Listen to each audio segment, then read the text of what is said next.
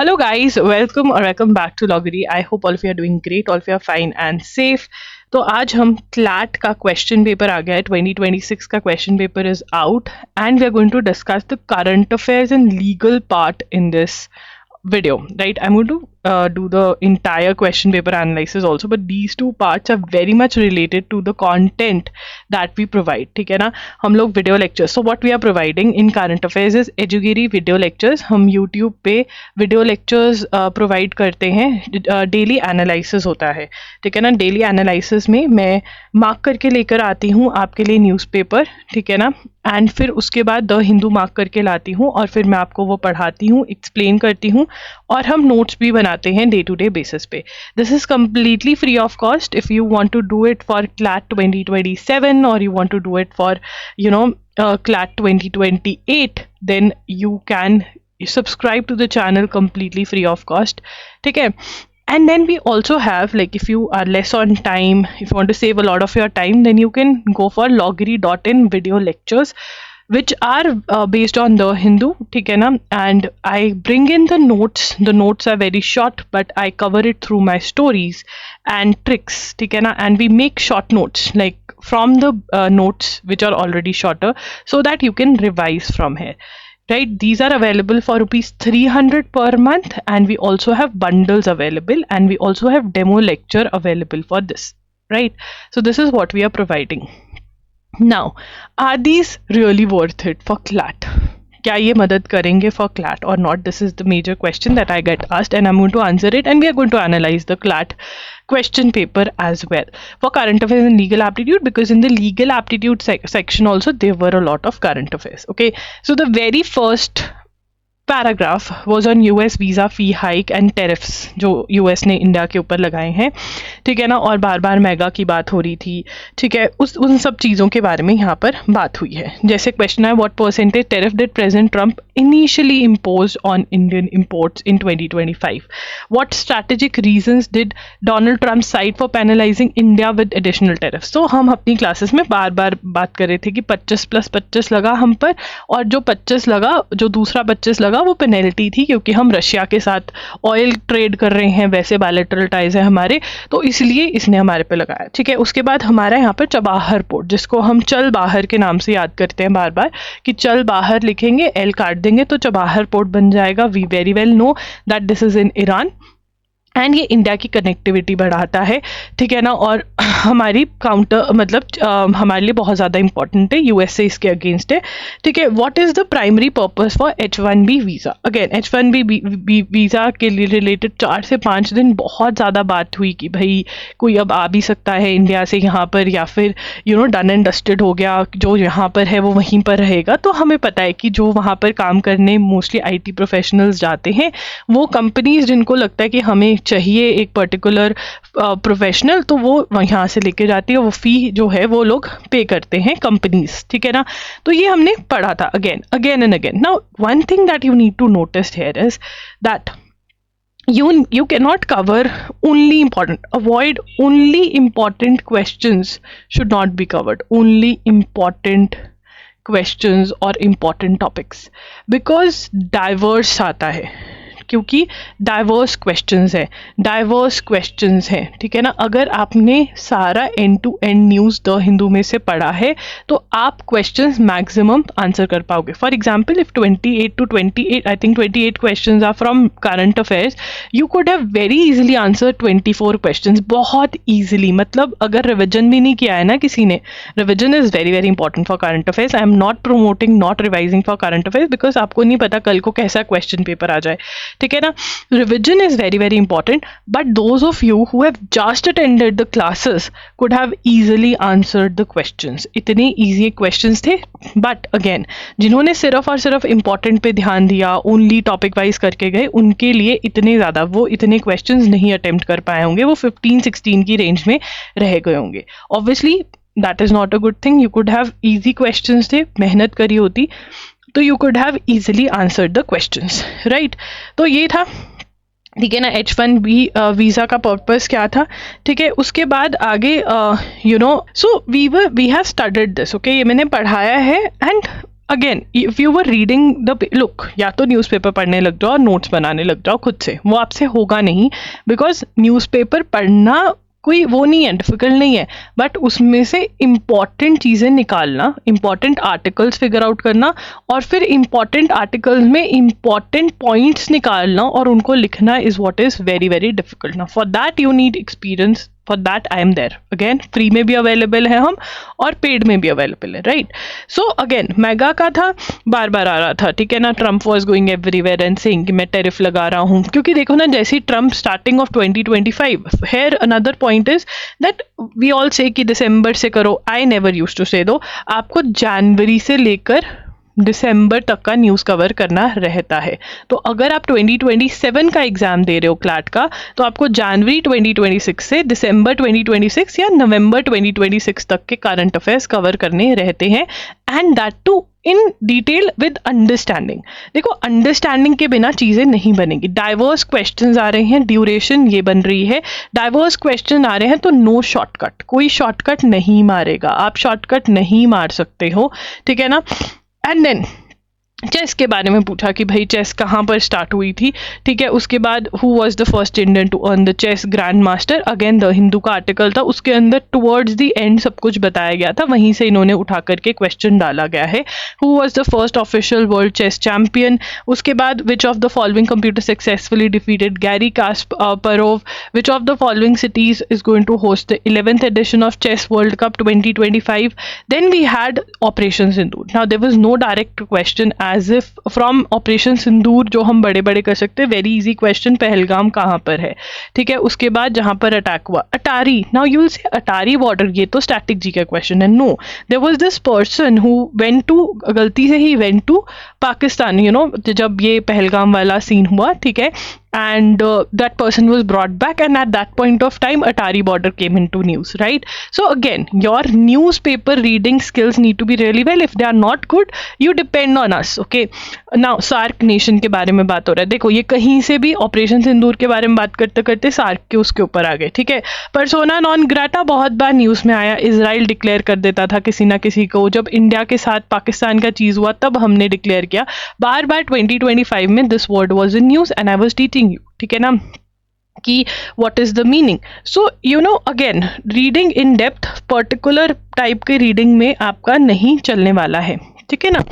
उसके बाद the Indus water treaty sign. Now Indus water treaty क्योंकि हमने सस्पेंड कर दी थी, हमने अबेंस पे कर दी थी, एट अबेंस वर्ड, ठीक है ना, एट अबेंस कर दी थी हमने जब पाकिस्तान के साथ ऑपरेशन सिंदूर, और पाकिस्तान ने जब अटैक किया, टेररिस्ट अटैक हुआ, हमने इमिडिएटली वो कर दी थी. हम we were like okay fine, सबसे पहली चीज़ ही हमने at abeyance Indus water treaty रखी, ठीक है ना. The world bank is the one who did it, and इसके बारे में बार बार बात हो रही थी. Which is not a tributary of Indus. बार बार डिवाइड के बारे में बात हो रहा था कि इंडिया के पास कौन सी रिवर्स हैं, पाकिस्तान के पास कौन सी रिवर्स हैं, and which of the river is not part of Indus. Again very easy to point out, because if we were reading about कि पाकिस्तान के पास कौन सी है और इंडिया के पास कौन सी है और इंडस वाटर ट्रीटी है, तो जो इनके अंदर नहीं आ रही है, तो that is the odd one out.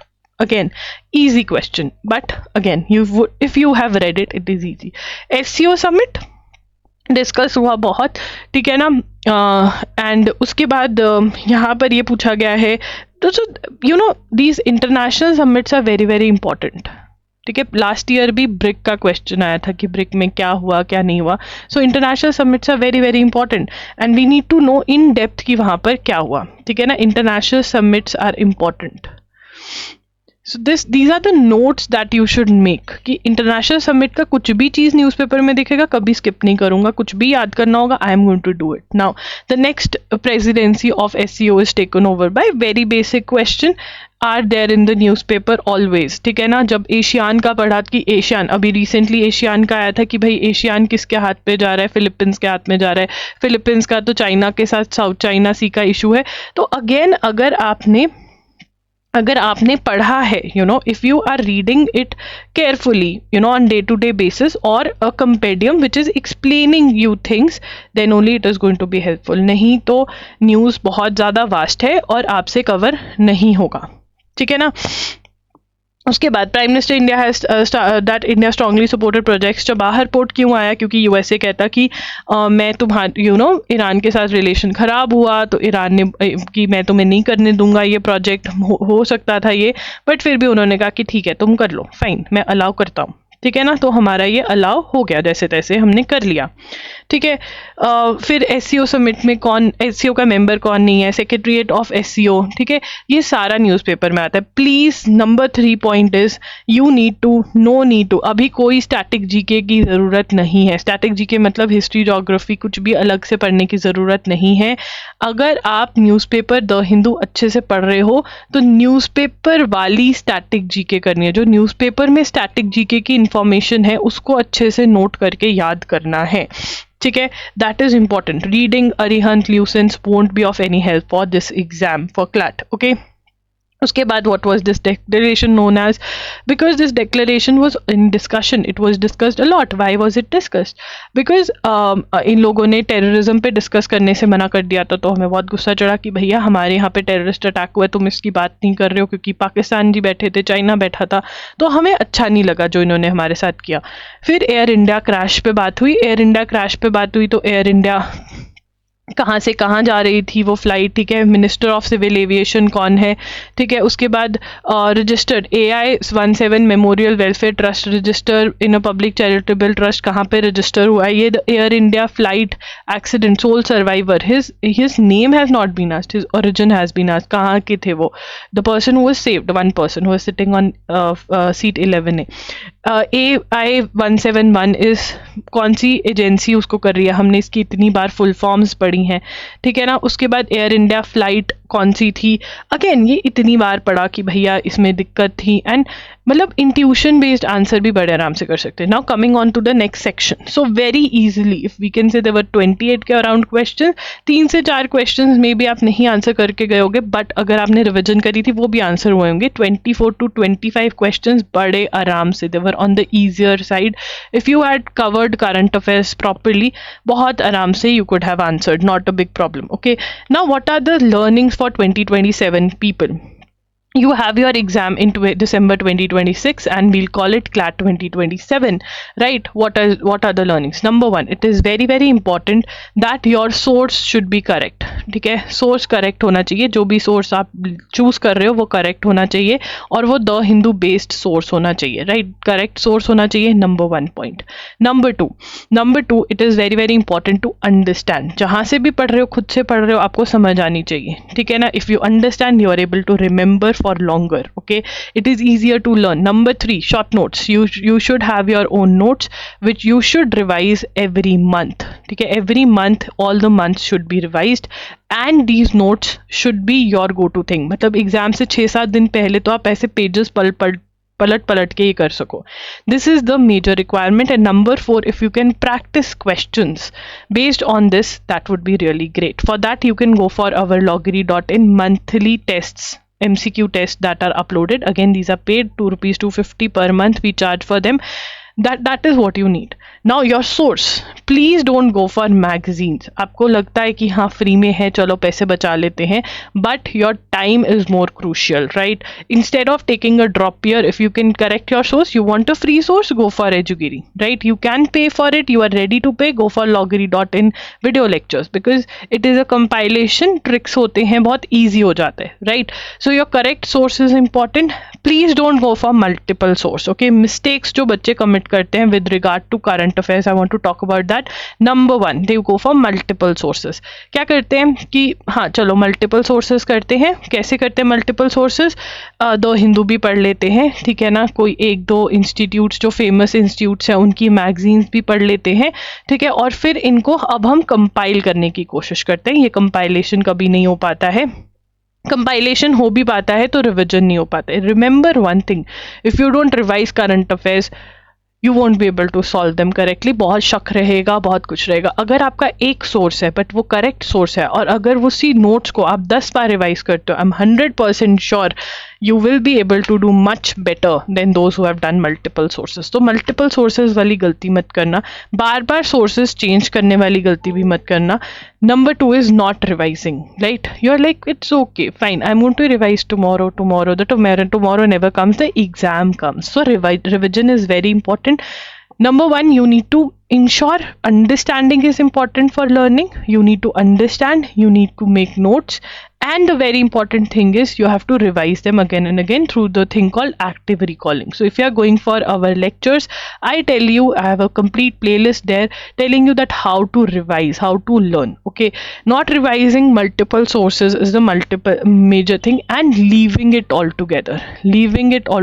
छोड़ ही दो, छोड़ो, करते ही नहीं है, ये बहुत डिफिकल्ट है, ये नहीं होगा. This is wrong. There is a free resource available. आप पैसे नहीं लगाना चाहते हो, मत लगाओ.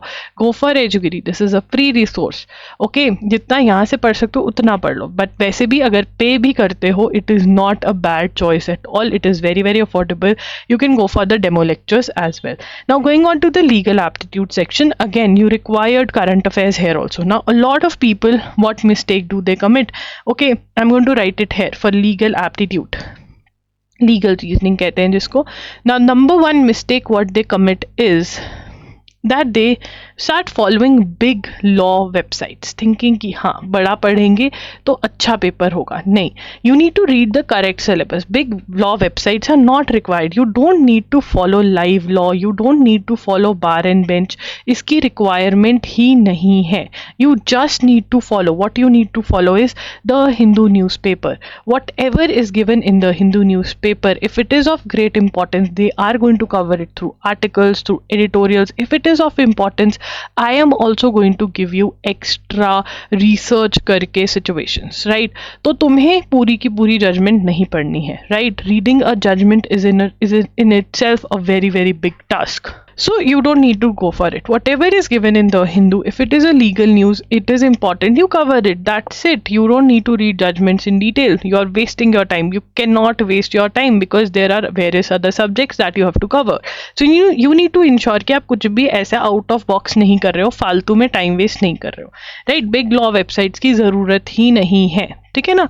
But on the side by you need to go through torts, contracts, criminal law, Indian constitution, ये सब पढ़ना है because there can be exam which solely depends on these. But साथ ही में आपको अपना लीगल करंट अफेयर्स भी कवर करना है, जो कि current affairs, legal current affairs cover करना इतना डिफिकल्ट नहीं है बिकॉज आप करंट अफेयर्स तो कवर कर ही रहे हो. लॉ वाले करंट अफेयर्स जो है वो साथ ही में द हिंदू में कवर होते हैं. आपको कुछ एक्स्ट्रा कवर करने की जरूरत नहीं है. If you are following my sources, you don't need to go for those judgements. इतनी बड़ी बड़ी जजमेंट्स पढ़ने का फायदा ही नहीं है. वो जजमेंट्स में से कुछ आएगा ही नहीं.